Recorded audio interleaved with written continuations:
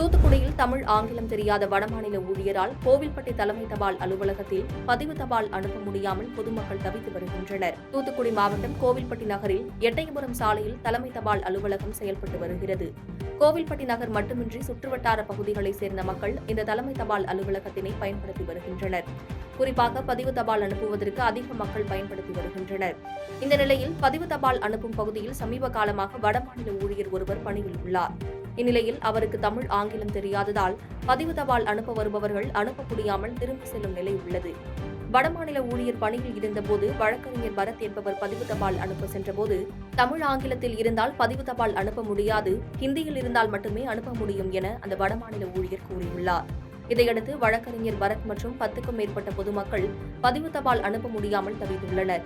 இதையடுத்து அனைவரும் வாக்குவாதத்தில் ஈடுபட்டது மட்டுமின்றி இதுகுறித்து தலைமை தபால் அலுவலக அதிகாரியிடம் புகார் அளித்துள்ளனர்.